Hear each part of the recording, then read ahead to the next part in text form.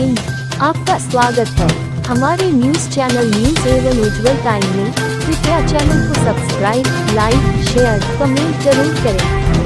ये बड़ी और कोई आघात नहीं हो सकता था, तो आपने व्यवस्था दी थी माननीय अध्यक्ष जी। मैंने व्यवस्था मैंने कहा था आपने उठाया तो मैंने अनुरोध किया था आपसे माननीय अध्यक्ष जी। मैंने ये कम से कम मंत्री जी आज बैठे हैं। नहीं, विषय कल आपने उठाया था, मैं उसका सम्मान करता हूं। आपने अपनी बात कही थी तो उस समय माननीय संसदीय कार्य मंत्री भी नहीं थे और उस समय और सदन को ये जानकारी नहीं थी कि बाहर क्या हुआ। आज तो होगी माननीय अध्यक्ष जी। तो आज आपने कुछ दिया नोटिस, को दिया होता तो उसकी जानकारी मंगवा लेते। कम से कम सदन में इस बात माननीय संसदीय कार्य मंत्री जी, आप इसको कुछ कहना चाहें तो बता दें। माननीय संसदीय कार्य मतलब कोई उसमें कोई आया नहीं, जानकारी है कि नहीं मुझे पता नहीं। अगर माननीय संसदीय कार्य मंत्री कुछ कहना चाहें तो प्लीज। को मान्यवर क्या जरूरत पड़ी थी मान्यवर ये धरना प्रदर्शन करने की? कौन सी, ये मेरी समझ में नहीं आया।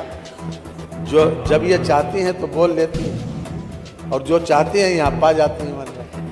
उसके बाद क्या जरूरत क्या थी मान्यवर ये प्रदर्शन धरने, दुर्दशा करवाने के लिए काहे के लिए आप भागे हैं? कि अगर संसदीय कार्य मंत्री जी, वित्त मंत्री जी भी जो 60-40 का रेशियो भारत सरकार ने मनरेगा में दिया है, उससे हमारा क्या मतलब? गवर्नमेंट ऑफ इंडिया में वही तो कर रहे हैं। 40% का जो इनको शेयर करना है, क्या प्रदेश सरकार जो पहले से प्रश्न लगाए सुसंगत नियमों के अंतर्गत मनरेगा के लिए दे देंगे? ये तो इनका विषय है। मैं तो ये पूछना चाहती हूँ, तो ये आपके लिए लाभ की भी बात है कि कम से कम आप जो 40% पैसा अब आपको देना है, आप तैयार हैं? अगर आप तैयार हैं तो जो मनरेगा के किसान मजदूर वो यहाँ विधानसभा में पूछ लेते थे, प्रदर्शन अगर आप तैयार हैं तो आप सहमति दे दीजिए। अध्यक्ष जी, हम तो पूरा हाउस दुखी है, देश में माननीय अध्यक्ष, पूरा हाउस दुखी है इस बात के लिए। कांग्रेस के कार्यकर्ताओं कल जो है इनको हाउस छोड़कर नहीं जाना चाहिए था। माननीय अध्यक्ष जी, मैं तो लाठीचार्ज के विषय पे पूछ रही हूँ। आखिर हम तो शांतिपूर्वक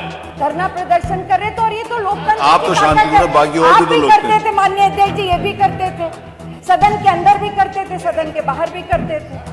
पर जिस तरह से आप कोई कांग्रेस से छोड़िए बैठो, या तो वहाँ जाते प्रदर्शन में गए थे नहीं, बच के यहाँ बैठे हुए थे। प्रदर्शन था माननीय अध्यक्ष जी, जाते तो बोलते प्रदर्शन था।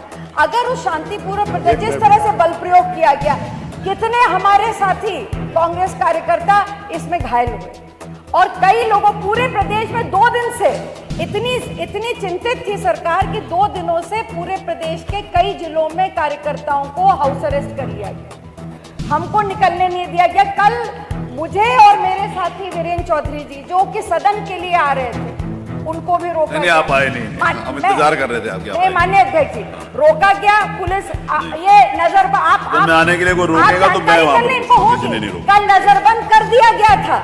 और उसके बाद क्योंकि ये इस प्रदेश के किसान और मजदूरों से जुड़ा विषय था, इसलिए हर बाधा को तोड़ करके हम कांग्रेस जन कहाँ पर हुआ प्रदर्शन? सदन, ये कहाँ पर हो रहा था प्रदर्शन?